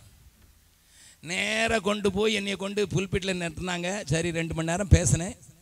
பேசி 9:30 மணிக்கு மீட்டிங்கை முடிச்சுட்டு நான் தங்கி இருக்கிறதுக்கு ஒரு கான்ட்ராக்டர் வீடு, அமித்னு ஒருத்தர் கான்ட்ராக்டர், அவர் வீட்டுக்கு வந்தேன். அந்த அமித் பீகார் தான், அவர் செட்டில் ஆகிட்டார். அங்கே நேபாள் பொண்ணு கல்யாணம் கட்டி அங்கே இருந்துட்டார். அப்போ நான் சொன்னேன், அமித் நீ சாப்பாடு கொடுக்கறதுக்கு பதிலாக எனக்கு ஒன்று செய், எனக்கு கொஞ்சம் மசாஜ் பண்ணுறதுக்கு கொஞ்சம் கை காலை பிடிச்சி விட்டாதான் நாளைக்கு 7 மணிக்கு சர்வீஸ் வேறு வச்சுருக்கீங்க. நான் மறுபடியும் பிரசங்கம் பண்ணால் என் கை காலெலாம் அப்படியே புண்ணாக வலிக்குதுப்பா. சும்மாவே நான் நிறைய பிரசங்கம் பண்ணிட்டு தான் வரேன். இங்கே வந்து இவன் கொண்டு வந்த சாடையில் எனக்கு எல்லாம் எலும்பெல்லாம் கலந்து போய் கிடக்குது. யாராவது மசாஜ் பண்ணுற மாதிரி கொண்டு வா அப்படின்னு சொன்னேன். அவன் போய் ராத்திரி 9:30 மணிக்கு பீகார் ஆள் 17 வருஷமாக நேபாளில் இருக்கிற டாக்கூர்னு ஒரு ஆளை கொண்டு வந்தான். அவன் 17 வருஷமாக அந்த ஊரில் இருக்கான். அந்த ஊர் 40,000 பேர் தான் மொத்தமே. அந்த ஊரில் 10 சபை இருக்குது. கிட்டோடால 10 சபை இருக்குது. ப்ளீஸ் அண்டர்ஸ்டாண்ட், 10 சபை இருக்குது. அந்த 40,000 பேர் இருக்கிற அந்த சின்ன ஊரில் இவன் கொண்டு வந்தான். அவன் எண்ணெயை காய்ச்சிக்கிட்டு பாத்திரத்தில் எடுத்து வந்தான். அந்த பார்பர் பீகாரை சேர்ந்தவன். அவனை பார்த்த உடனே உன் ஊர் என்னன்னு கேட்டேன். மோத்தியாரி அப்படின்னா. உன் பேர் என்னன்னு கேட்டேன். டாக்கூர்னா. நான் சொன்னேன், நீ என்னையே தொடம்பினாலும் நான் உன்கிட்ட ஒரு கேள்வி கேட்க விரும்புகிறேன்னு. என்ன யா அப்படின்னா, உன்னை இயேசு கிறிஸ்துவ சரிமான்னு. அவன் உடனே தலையை சொரிஞ்சு சொன்னான், இந்த ஊரில் நான் மௌடி வெட்டாத ஆளே கிடையாது, இயேசு கிறிஸ்துன்னு ஒருத்தர் வரலையே. 10 சபை இருக்குது, எல்லாமே இவன் கடைக்கு தான் முடி வெட்ட போயிருக்கான். ஆனால் ஒருத்தராது இயேசு சொல்லலை. ஆனால் இயேசுவின் பின்னே போக துணிந்தேன்னுட்டு 2.5 கட்டையில் பாட தெரியும். கொஞ்சம் யோசித்து பாருங்க ஐயா, கொஞ்சம் யோசித்து பாருங்க. ஏன் ஆண்டவர் தேவன் தம்முடைய சபை நிறுத்தினார் என்பது மறக்கப்பட்டு போகிற பொல்லாத பிரசங்கிகள் நிறைந்த காலம். அதனால தான் ஆண்டவர் சொன்னாரு, மீகாவிடத்துல சொன்னாரு. ஒரு வசனத்தை மட்டும் வாசித்துட்டு அடுத்த காரியத்துக்கு போலாம். 2வது அதிகாரம் 11வது வசனம். மனம் போகிற போக்கின்படி போய், மனம் போகிற போக்கின்படி போய், அபத்தமானதை உரைக்கிற ஒருவன் திராட்சரசத்தையும் மதுபானத்தையும் குறித்து நான் உனக்கு பிரசங்கிப்பேனே என்றால் அவனே இந்த ஜனத்திற்கு ஏற்ற பிரசங்கி. ஒன்னும் நான் புதுசு சொல்லலையா. அன்னைக்கு இஸ்ரவேல்ல நடந்ததுதான் இன்னைக்கு சபைக்குள்ள நடக்குது. அன்னைக்கு யூதாவில் நடந்ததுதான் இன்னைக்கு சபைக்குள்ள நடக்குது. இவன் தான் ஏற்ற பிரசங்கி. நான் காலையில் கூட்டத்தில் சொன்னேன், நாகர்கோயிலேருந்து எனக்கு ஃபோன் பண்ணி ஒருத்தர் அண்ணே வந்து கூட்டம் நடத்துங்கன்னு சொன்னார். நான் சொன்னேன் யார் வந்தான்னுட்டு. அதுக்குள்ளே அவர் கையில் இருந்து புட்டிங்க ஒருத்தர் சொன்னார், ஐயா நல்லா தமாஸ் அடிப்பீங்களா அப்படின்னா வாங்க ஐயா. நாங்கள் சிரிச்சு வயிறெல்லாம் புண்ணாகிற மாதிரி நீங்கள் ஜோக் அடிப்பீங்களா? நான் கேட்டேன் யார் வந்ததுன்னு. இதுக்கு முன்னால் ஒரு பேர் சொல்லி, நான் பேர் சொல்ல விரும்பலை, ஒரே ஜோக் அடித்தார். அப்படியே என் குடல்லாம் வாய்க்குள்ள வந்துட்டு. நமக்கு யார் வேணும் பிரசங்கி? சிரிச்சு வயிறெல்லாம். நான் சொன்னேன் கிழவா உனக்கு நேரம் போலன்னா நான் தான் கிடைச்சேனா?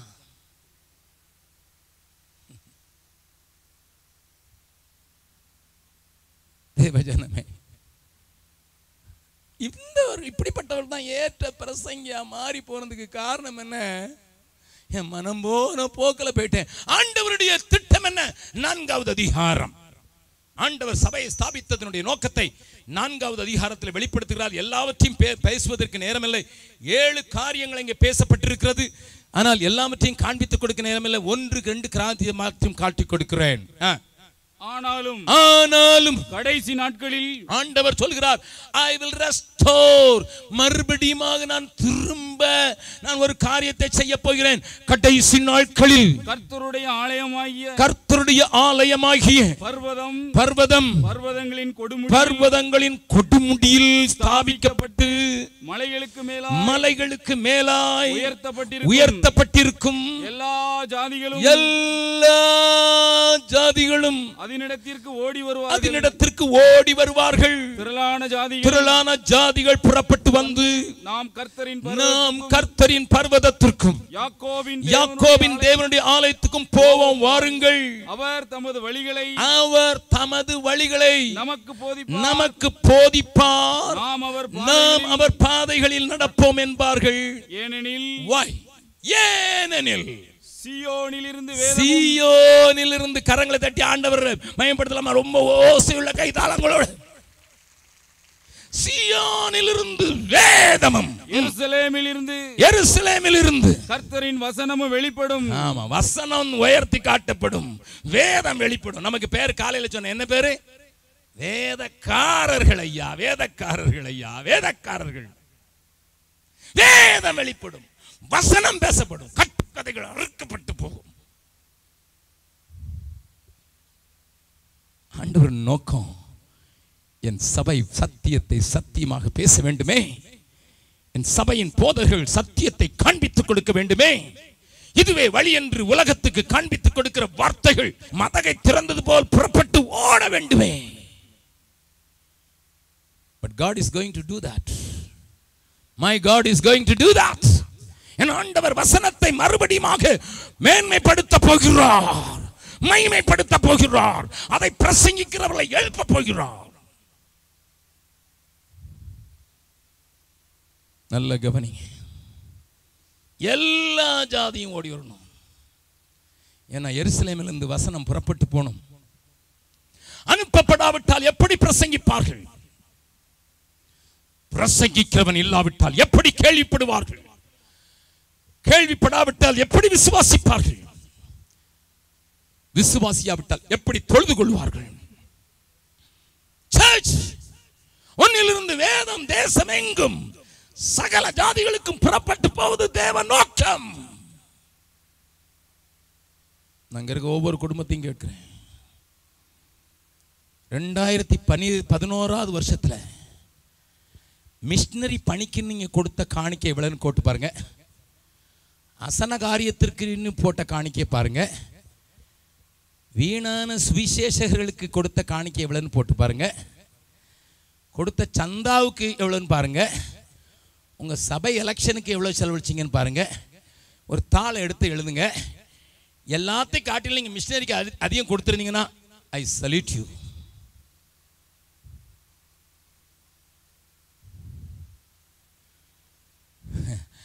நம்ம ஊர்ல எலெக்ஷன்னா 1 கோடி 1.5 கோடி சபைக்குள்ளேயே. வெளியில அம்மா ஐயா எல்லாம் செலவழிக்காங்க, அதை விட்டுருங்க. மிஷனரினா மாசம் தான் நான் தர்றேன் பூரா போதா? மிஷனரி அங்க போய் எதுக்கு இருக்கிற? அந்த ஊர்ல இருக்க வேண்டியதானே. எதுக்கு போனா? இங்க கோபுரம் கட்டுறதுனா 1.5 கோடி, மிஷினரிக்கு ஆலயம் கட்டுதுன்னா என்னையா எத்தனை லட்சம் கேட்குறீங்க? 1 லட்சத்தில் கோயில் கட்ட முடியாது. உன் கோபுரத்துக்கு 7 கோடி கட்டியிருக்க. ஒரு காக்காவும் புறாவும் உட்கார்றதுக்கு 7 கோடி. ஒரு 200 பேருக்கு உட்கார்றதுக்கு 1 லட்சம் பத்துமா? மிஸ்டரிங்கெல்லாம் என்ன செய்கிறானுங்க அங்கே? அவன் ஓலக்கொட்டையில் இருந்து ஆராதிக்க வேண்டியதுதானே. அவங்க தாத்தா அப்படி தான் ஆராதிச்சாரு. நல்ல கோபுரம் கட்டிட்டாரு. ஏன்னா துறை வரும்போது அவருக்கு தெரியாமல் போய் முள்ளுச்செடியில் விழுந்தார் உங்கள் ஊரில். அவர் சொன்னார், எப்பா எனக்கு வழி தெரிலப்பா, அதனால தான் நல்ல உயரமாக கட்டினார். உயரமாக காட்டுக்குள்ளே கட்டி வச்சுட்டீங்க. இப்போ தான் ஜிபிஎஸ் இருக்குது, கார்லேயே போட்டாலே அது ஊரை காட்டிகிட்டே போகுது. கையிலே இருக்குது, செல்லுலே இருக்குது ஜிபிஎஸ். நான் எங்கே இருக்கிறேன்னு போட்டால் எனக்கு தெரிஞ்சிடும். நான் எங்கே இருக்கிறேன்னு என் மனைவிக்கும் தெரியும். அதனால தான் இப்போ ஃபோன் எடுத்து எப்படி இருக்கீங்கலாம் யாரும் கேட்குறதில்ல. எங்கே இருக்கிறாய்? எல்லாம் ஆண்டவராக மாறிட்டான். ஆதாமே எங்கே இருக்கிறாய்? முன்னாலெல்லாம் ஃபோன் எடுத்தா எப்படி இருக்கீங்க, பிள்ளைங்கள்லாம் நல்லா இருக்கா. இப்போ அப்படி இல்லை, எங்கே இருக்கிறீர்கள்? தேவர்களை போல மாறுவான்னு சாத்தான் சொன்னது நம்மள நிறைவேறுது. யா கவனிங்கம்மா, கவனிங்க. நான் ஜெம்ஸுக்கு கேட்க வரலையா. பெரிய தேசம் இருக்குமா, பெரிய தேசம் இருக்குயா. 10 சபை இருக்கிற 40,000 இருக்கிற அந்த ஊர்ல 17 வருஷம் எல்லாருக்கும் முடி வெட்டினவனுக்கு ஏசுன்னா யாருன்னு தெரியாது. நான் அவனை உட்கார வச்சு ஏசுன்னு சொல்லி கொடுத்து அவனை கண்ணீர் வடிக்க வச்சு அவனுக்கு காஸ்பல் கொடுத்த பிறகுதான் என் உடம்பு தொட விட்டேன்.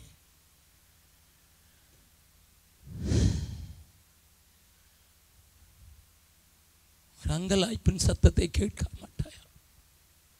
ஆழியும் ஜனத்தின் அழுகுரல் அன்பரே என்னையும் உருகாதோ, மாளுவோரை மீட்க வந்தவரே, மாண்டிடும் மக்களை மீட்டிடவே அனுப்புமே என்னையுமே. ஆண்டவரே உம்மை வேண்டுகிறே, அன்பென்னும் ஆவியால் என்னையும் ஆண்டவரே நீ நிரப்பிடும். ஆயுள் முழுதும் நின் சேவை செய்ய ஆண்டவரே என்னை அனுப்பிடும். ஐயா உங்க பிள்ளைங்களை அனுப்பித்தாங்க ஐயா. நான் எங்க அப்பா அம்மாவுக்கு ஒரே பிள்ளையா. என்னை எங்க அப்பாவும் அம்மாவும் சந்தோஷமா என்னை அனுப்பி வச்சாங்க ஐயா. ஆண்டவர் என்னை அழைச்ச போது 40 வருஷத்துக்கு முன்னால் இருந்த நிலைமை இந்தியா இப்ப இல்லையா. நான் போகும்போது நடந்த ஒரு காரியத்தை என் புஸ்தகத்தில் எழுதியிருக்கேன், சொல்ல விரும்புகிறேன். கொஞ்சம் ஆண்டவர் கொடுத்த பாரத்தை சுமந்து சைக்கிள் நிறைய பெரிய லிட்ரேச்சர் எடுத்துட்டு 46 டிகிரி வெயில் அடித்த நேரத்தில் நான் சைக்கிளில் கிராமங்களுக்கு ஊழியம் செய்யும்போது பயங்கர தண்ணி தாகையா. நான் ஒரு இடத்துல போய் ஒரு அடிப்பம்பு இருந்தது, கொஞ்சம் பேர் இருந்தாங்க. நான் அவங்ககிட்ட போய் கேட்டேன், ஐயா இந்த பம்பில் நான் தண்ணி குடிக்கலாமான்னு கேட்டேன். ஹிந்தி நல்லா பேச தெரிஞ்சிடுச்சேன். அப்போ அவங்க சொன்னாங்க, நீ என்ன ஜாதின்னு கேட்டாங்க. எங்கள் ஊரில் 2 கேள்வி தான் முதல்ல கேட்பாங்க. நீ எந்த ஊர், எந்த தானா, அதாவது எந்த போலீஸ் ஸ்டேஷன், 2வது எந்த ஜாதி. நான் சொன்னேன் இயேசு மசிக்காக அப்படின்னேன். இயேசு கிறிஸ்துவனுடைய ஆளுன்னு சொன்னேன். அது யாரு? எங்களுக்கு இந்து முஸ்லீம் 2 பேர் தான் தெரியும், வேற யாரும் தெரியாது. படா என்னை தண்ணி குடிக்க விடலை. நாக்கெல்லாம் காஞ்சி போய் 46 டிகிரியில் சொட்டு தண்ணி இல்லாமல் அடுத்த ஊருக்கு போனேன். ஒரு 65 வயசு அம்மா அங்கே நான் 26 வயசு, நான் போன போதில் சொல்கிறேன். அங்கே 65 வயசு அம்மா வாசலில் நின்றுதாங்க. ஒருவேளை தாய்க்கு நம்ம மேலே நம்ம கொஞ்சம் அன்பு இருக்கும் அப்படின்னு சொல்லிட்டு நான் அந்த அம்மாட்ட போய், அம்மா கொஞ்சம் தண்ணி கொடுங்கம்மான்னு கேட்டேன். அந்த பொம்பளை கதவை டம்முன்னு முடிட்டு, பொம்பளைகிட்ட பேசுறதுக்கு உனக்கு வெக்கமா இல்லை? அதுக்குள்ளே கிழமை வந்தால் அங்கே இருந்துட்டு அவங்க அம்மா அந்த வீட்டுக்காரரு 72 வயசு, யாருடா என் பெஞ்சாதிட்ட பேசுறதுன்னு வந்துட்டான். அங்கேருந்து ஓடுனேன், அடுத்த ஊரில் போனேன். இன்னும் 2 கிலோமீட்டர் நடந்தாச்சு. நாக்கெல்லாம் வெளியே நாய்க்கு தொங்குற மாதிரி தொங்குற அளவுக்கு வந்தாச்சு. அங்கே ஒருத்தன் இருந்தான், 45 வயசு ஆள். 2-3 பேர் பக்கத்தில் வேலை செஞ்சுக்கிட்டு இருந்தாங்க. நான் சொன்னேன், ஐயா கொஞ்சம் தண்ணி வேணும். அவன் அதே கேள்வி கேட்டான், எங்கேருந்து வந்திருக்கேன்னுட்டு. நான் முதல் ஊரில் சொல்லியிருந்தேன், மதராசின்னு சொல்லியிருந்தேன். அவனுக்கு உணவில் விளங்கலையோன்னு சின்ன இந்த ஊரில் கொஞ்சம் மாற்றி சொல்லுவோன்னு சொல்லிட்டு தமிழ்நாடுன்னு. அடே நீ தமிழா? உடனே எல்லாரையும் கூட்டா, இவங்க தான்டா இந்தி ஒளியன்னு சொன்னாங்க, வாங்கடா வாங்கடான்னா. இது என்னடா வம்பா போச்சுது. அவன் தான் எனக்கு சொன்னான், சீ இந்த வாய்க்காலில் ஓடுற தண்ணி தெரில. ஒரு மழை எங்கேயோ பெஞ்சிருந்தது, அதனுடைய சிகப்பு தண்ணி வாய்க்காலில் ஓடிச்சு, செத்த நாய் மிதந்துட்டு வந்துச்சு, எல்லா செத்தையும் அதில் தான் போச்சு. அதை காட்டி சொன்னான், இந்த தண்ணி ஓடுறதில்ல தண்ணி கேட்குறான். நீங்கள் நம்பினாலும் சரி நம்பாட்டாலும் சரி, பல தடவைகள் அந்த தண்ணீரை குடித்து தான் ஐயா ஊழியம் செய்தேன். என் தாயே, என் சகோதரா, ஆனால் இன்னைக்கு 40 வருஷம் ஆயிடுச்சு. இன்னைக்கு நீ பீகாரில் வந்த எல்லா கிராமங்கள்லையும் ட்ரிங்கிங் வாட்டருக்கு நல்ல பாட்டில் மினரல் வாட்டர் கிடைக்க ஆரம்பிச்சிட்டையா. இந்தியாவில் எங்கே போனாலும் மினரல் வாட்டர் கிடைக்க ஆரம்பிச்சிட்டையா. அன்னைக்கு பட்ட கஷ்டம் நீ பட்ட வேண்டியதில்லை. அன்னைக்கு நான் தனி மனிதன்.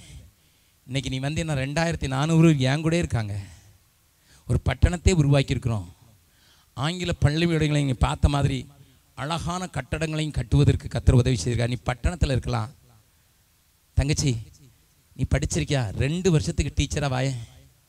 தம்பி வேலை பார்த்து கல்யாணம் படிக்கிற முன்னால் 2 வருஷத்துக்கு வாடா, என்ன வேலை வேணாலும் தர்றேன் வா. உனக்கு ஹிந்தி தெரியலையா? இங்கிலீஷ் தான் தெரியுதா? வா, கம் கம். உங்க பிள்ளைங்களை அனுப்ப மாட்டீங்களா? வேதம் எருசலேமில் இருந்து புறப்பட வேண்டுமே.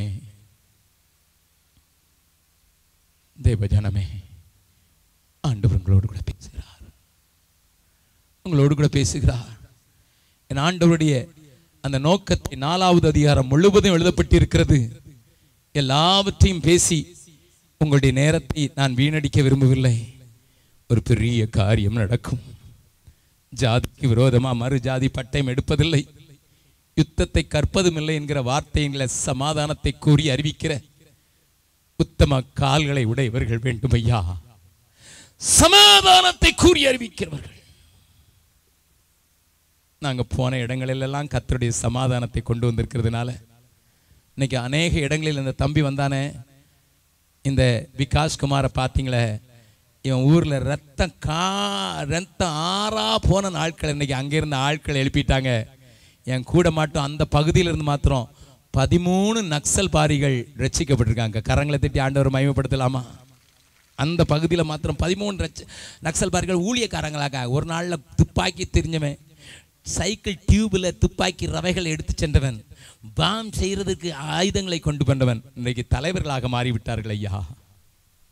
என் அருமையான மக்கள், சமாதானத்தை கூறி சியோனிலே உன் தேவன் ராஜரீகம் பண்ணுகிறார் என்று அறிவிக்கிற மக்கள் தேவை. எனக்காய் பேசிட நாவு வேண்டும், என்னை போல் நடந்திட கால்கள் வேண்டும். எனக்காய் பேசிட நாவு வேண்டும், என்னை போல் நடந்திட கால்கள் வேண்டும். என்னில் அன்பு கூற ஆட்கள் வேண்டும், இதை உன்னிடம் கேட்கிறேன் தர வேண்டும். என்னில் அன்பு கூற ஆட்கள் வேண்டும், இதை உன்னிடம் கேட்கிறேன் தர வேண்டும். அழைக்கிறார் இயேசு, அவரிடம் பேசு, நடத்திடுவார். எல்லாரும் கண்களை மூடலாம். என் ஆண்டவருடைய சித்தத்தை நிறைவேற்றி முடிக்கிறதுக்கு என்னால முடிஞ்சது செய்வேன்னு சொல்றவங்களுக்காக நான் ஜெபிக்க விரும்புகிறேன். என் ஆண்டவருடைய சித்தத்தை செய்து முடிப்பதற்கு, தேவனுடைய சித்தத்தை செய்கிறவனோ பரலோகத்தில் பிரவேசிப்பானே அல்லாமல் வேறொருவனும் பிரவேசிப்பது இல்லை என்று சொன்ன ஆண்டவருடைய வார்த்தைகளை நிறைவேற்றுகிறேன். எல்லாருடைய கண்களும் மூடியிருக்கு. ஐயா, என் ஆண்டவருடைய அழைப்பையும் நோக்கத்தையும் புரிந்து கொண்டேன். இனி நான் அவருடைய காரியத்தையும் இந்த தேசம் இயேசுவை அறிகிற காரியத்திற்கும் என்னை ஒப்புக் கொடுக்கிறேன். அது எந்த நிலையிலே என் ஆண்டவரின் இடத்தில் எதிர்பார்க்கிறாரோ அந்த எதிர்பார்ப்புக்கு நேராக நான் வாழுவேன் என்று சொல்வாயோ? என் வேதம் சொல்லுகிறது, மீகா 7வது அதிகாரத்திலே 19வது வசனம், அவர் திரும்ப நம்மேல் இறங்குவார், நம்முடைய அக்கிரமங்களை அடக்கி நம்முடைய பாவங்களை எல்லாம் சமுத்திரத்தின் ஆழங்களில் போட்டு விடுவார். இப்பொழுது வாக்குத்தத்த வசனமாக நாம் வாசித்த 1வது வசனத்தை மாற்றி வாசிக்கலாம். 2வது அதிகாரம் 13வது வசனம். தடைகளை நீக்கி போடுகிறவர் அவர்களுக்கு முன்பாக நடந்து போகிறார். அவர்கள் தடைகளை நீக்கி வாசலால் உட்பிரவேசித்து கடந்து போவார்கள். அவர்கள் ராஜா அவர்களுக்கு முன்பாக போவார். கர்த்தர் அவர்கள் முன்னணியில் நடந்து போவார். உனக்கு முன்னதாக தேவன் நடக்க விரும்புகிறார். உன் தடைகளை உடைக்க விரும்புகிறார். நீயே தடைகளை உடைக்கிறவளாக மாற்ற விரும்புகிறார். ஒன்று மாத்திரம் செய், நம்முடைய பாவங்களை மன்னிக்கிற அவரிடத்தில் உம்முடைய சித்தத்தை செய்ய இதோ நான் இருக்கிறேன் என்று சொல்லுகிறவர்கள் மாத்திரம் உங்கள் வலது கையை உயர்த்தி காண்பித்தார். நான் உங்களுக்காக ஜெபிக்க விரும்புகிறேன். கரங்களை உயர்த்தலாமா? அநேகருடைய கரங்கள் உயரே போகிறதை பார்க்கிறேன். இவர்கள் உம்முடைய ஜனங்கள் ஐயா, உம்முடைய மந்தையின் மேய்ச்சலின் ஆடுகள் சுவாமி. தயவு செய்து இவர்களுக்கு நீர் கர்மேல் பர்வதத்தில் தனித்து இருக்கிற வனவாசமாயிருக்கிற மந்தையை உம்முடைய கோலினால் மேய்ப்பது போல மேய்த்து இவர்களை பாதுகாத்து ஓநாய்களின் கைகளுக்கு இவர்களை விடுதலையாக்கி இவர்களை துண்டு போட்டு தின்கிற ஜனம் என்று ஒரு தீர்க்க தரிசன கூட்டத்தை இந்த வேதத்தில் எழுதியிருக்கிறேன் மீகாவிலே. அப்படிப்பட்ட கூட்டத்துக்கு தப்புவித்து உன்னுடைய நோக்கத்தை நிறைவேற்றுகிற மக்களாக இந்த தேசம் தேவனால் ஆசீர்வதிக்கப்பட சுவிசேஷ பாரம் அவர்களை அழுத்தி பிடிக்க, தெய்வீக சுவிசேஷம் இவர்கள் மூலம், இவர்கள் பிள்ளைகள் மூலம், பேர பிள்ளைகள் மூலம் இந்த தேசத்திலே பரம்புவதற்கு நீர் கிரியை செய்யும்படியாக இவர்களை ஒப்புக் கொடுத்து 8 திசையிலும் சுவிசேஷம் முழங்கிட விரைந்து செல்வோம் வாருங்கள். 8 திசையிலும் சுவிசேஷம் முழங்கிட விரைந்து செல்வோம் வாருங்கள். வல்ல தேவன் நம்மோடு